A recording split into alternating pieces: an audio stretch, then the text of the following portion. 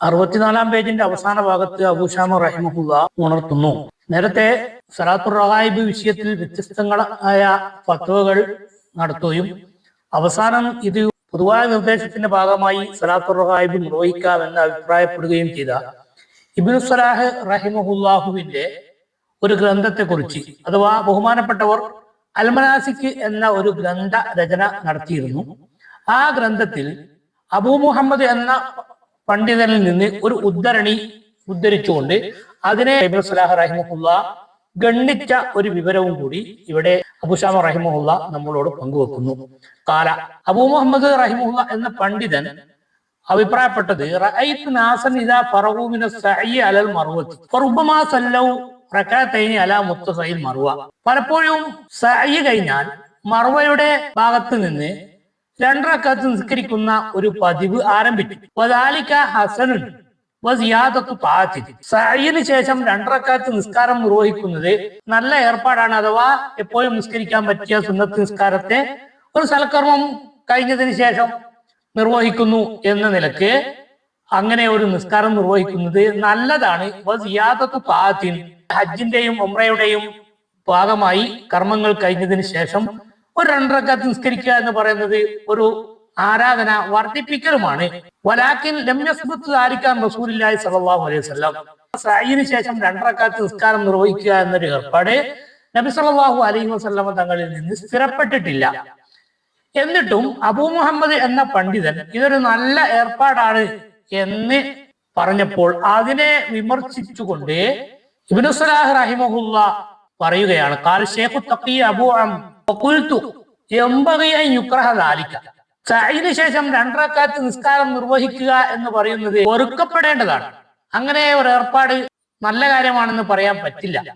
എന്തുകൊണ്ട്? ലിഅന്നഹു ഇബ്തിദാഉ ശിആരി, അതൊരു ഷിആർ തുടങ്ങലാണ്. അങ്ങനെ കുറെ ആളുകൾ നിസ്കരിച്ചു കഴിഞ്ഞാൽ പിന്നീട് വരുന്ന ആളുകളൊക്കെ ഇത് ദീനിൽ സ്ഥിരപ്പെട്ട ഒരു കാര്യമാണ്, എല്ലാവരും ചെയ്യേണ്ടതാണ് എന്ന നിലക്ക് തവാഫിന് ശേഷം 2 റക്അത്ത് സുന്നത്ത് നിസ്കാരം ഉണ്ട് എന്നത് നമുക്കെല്ലാവർക്കും അറിയുന്നത് പോലെ സഅയ് കഴിഞ്ഞതിന് ശേഷവും 2 റക്അത്ത് സുന്നത്ത് നിസ്കാരം ദീനുൽ ഇസ്ലാമിന്റെ ഭാഗമാണ് എന്ന് ആളുകളൊക്കെ മനസ്സിലാക്കുകയും അതൊരു ചടങ്ങായി ഇസ്ലാമിന്റെ ഒരു പ്രത്യേക ആരാധനയായി പിന്നീട് മാറും എന്ന് ഇബ്നു സലാഹ് റഹിമഹുല്ലാഹു തന്നെയും ഈ അബൂ മുഹമ്മദ് എന്ന പണ്ഡിതനെതിരെ അൽമനാസിക് എന്ന ഗ്രന്ഥത്തിൽ എഴുതിയത് അബൂ ശാമ റഹിമഹുല്ല നമ്മളോട് എടുത്ത് ഉദ്ധരിക്കുന്നു.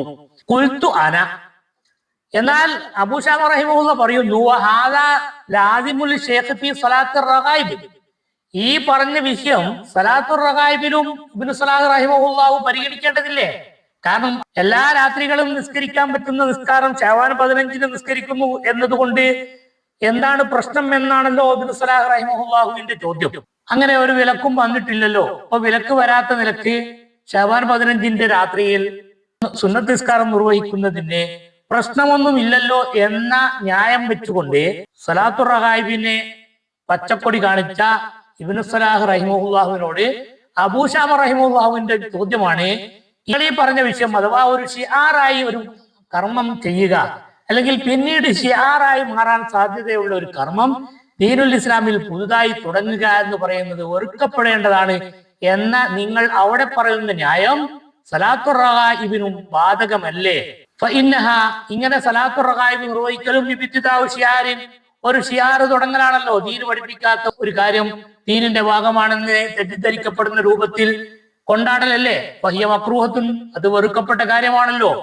വഗാലിബു വന്നി, എന്റെ ഓർമ്മ ശരിയാണെങ്കിൽ ഇന്നി ലമ്മാ ഖറഅതു അലൈഹി കിതാബൽ മനാസിക്, ഇബ്നു സലാഹ് റഹിമഹുല്ലാഹുവിന്റെ അടുക്കൽ വെച്ച് ഞാൻ അവരുടെ കിതാബുൽ മനാസിക് ഓതിയപ്പോൾ വജാഅ ഹാദൽ മൗലിഉ, അതിനുശേഷം മർവയുടെ മുകളിൽ വെച്ച് 2 റക്അത്ത് നിസ്കാരം നിർവഹിക്കുന്നത് വെറുക്കപ്പെടേണ്ട കാര്യമാണ് എന്ന് വിവരിക്കുന്ന ഈ ഭാഗം എത്തിയപ്പോൾ ഖുൽതു ലഹു, ഞാൻ ഇബ്നു സലാഹ് റഹിമഹുല്ലാഹുവിനോട് ചോദിച്ചു, ഫകൈഫ സലാത്തുർ റഗായിബി, അപ്പോൾ നിങ്ങൾ ഈ പറഞ്ഞ ന്യായം അനുസരിച്ച് ഇത് ഇസ്ലാമിൽ സ്ഥിരപ്പെട്ട ഒരു ന്യായമാണല്ലോ, അഥവാ പിന്നീട് ഷിആറായി മാറുന്ന രൂപത്തിൽ ആളുകൾ ഇത് ദീനിന്റെ ഭാഗമാണെന്ന് തെറ്റിദ്ധരിക്കുന്ന രൂപത്തിൽ ഒരു കർമ്മം ചെയ്യുന്നത് വെറുക്കപ്പെടേണ്ട കാര്യമാണ് എന്ന് പറയുമ്പോൾ പിന്നെ സലാത്തുർ റഗായിബ് എങ്ങനെ നിങ്ങൾ ന്യായീകരിക്കുന്നു എന്ന് ഞാൻ ബഹുമാനപ്പെട്ടവരോട് ചോദിച്ചപ്പോൾ ഫതബസ്സമ വലം യറുദ്ദ, ബഹുമാനപ്പെട്ടവർ ഒന്ന് പുഞ്ചിരിച്ചു, അതിന് മറുപടി ഒന്നും പറഞ്ഞില്ല. അഥവാ അവിടെ എനിക്ക് മറുപടി ഒന്നും ഇല്ല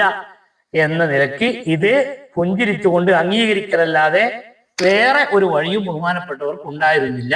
അപ്പോൾ ഇതേ കാര്യം തന്നെയാണ് നമ്മളും പലപ്പോഴും പറഞ്ഞത്. പൊതുവായി നിർദ്ദേശിക്കപ്പെട്ട കാര്യമാണെങ്കിലും ഒരു പ്രത്യേക സമയത്തോ സന്ദർഭത്തിലോ ദീനുൽ ഇസ്ലാം പഠിപ്പിക്കാത്ത ഒരു കാര്യം ആ സന്ദർഭത്തിലോ സമയത്തോ സ്ഥലത്തോ നിർദ്ദേശിക്കപ്പെട്ടതാണ് എന്ന് വിശ്വസിക്കപ്പെടാനോ തെറ്റിദ്ധരിക്കാനോ കാരണമാകുന്ന രൂപത്തിൽ ദീനുൽ ഇസ്ലാമിൽ ഇല്ലാത്ത ഒരു കാര്യം ദീനാണെന്ന് പിന്നീട് തോന്നാൻ പറ്റുന്ന രൂപത്തിൽ ഒരു കർമ്മവും ചെയ്യാൻ പറ്റില്ല എന്നത് ലോകത്തെ സർവ്വ പണ്ഡിതന്മാരും അംഗീകരിച്ചതാണ്.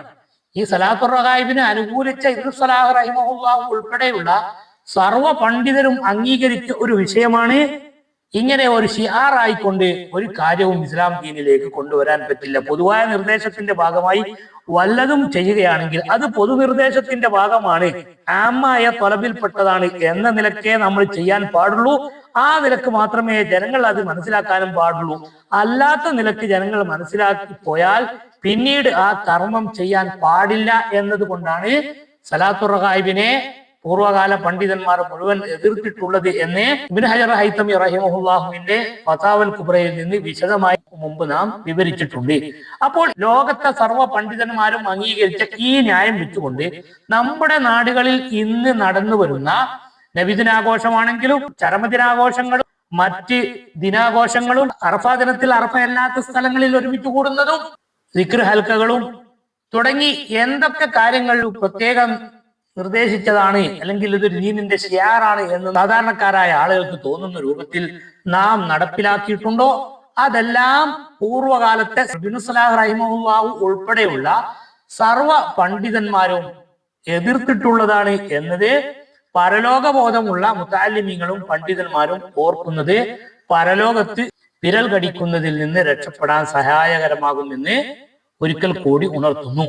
തസ്നീഫുൽ മനാസിക്കി അൽമനാസിക്ക് എന്ന ബഹുമാനപ്പെട്ടവരുടെ ഗ്രന്ഥം കാന ഖബല വാഖിയത്തുർ റഗായിബ്. ഈ റഗായിബ് നിസ്കാരത്തെ സംബന്ധിച്ച് ഹിജറ 600-ൽ അബൂ ശാമ റഹിമഹുല്ലാഹുവിന്റെയും ഇബ്നു സലാഹ് റഹിമഹുല്ലാഹുവിന്റെയും ഇബ്നു അബ്ദുസ്സലാം റഹിമഹുല്ലാഹ് അവരുടെ ഒക്കെ കാലത്ത് ഈ തർക്കം നടക്കുന്നതിന് മുമ്പ് രചിച്ച ഗ്രന്ഥമായിരുന്നു അൽമനാസിക്ക് എന്ന ഗ്രന്ഥം.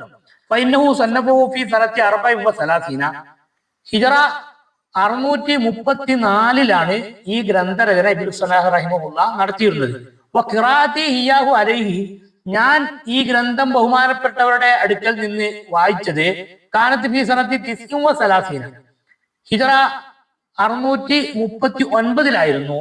വാഖിയത്തുർ റഗായിബ് സനത്ത 37 ഹിജറ 637-ലായിരുന്നു സലാത്തുർ റഗായിബ് സംബന്ധമായ തർക്കം ഈ പണ്ഡിതന്മാർക്കിടയിൽ ഉടലെടുത്തത്.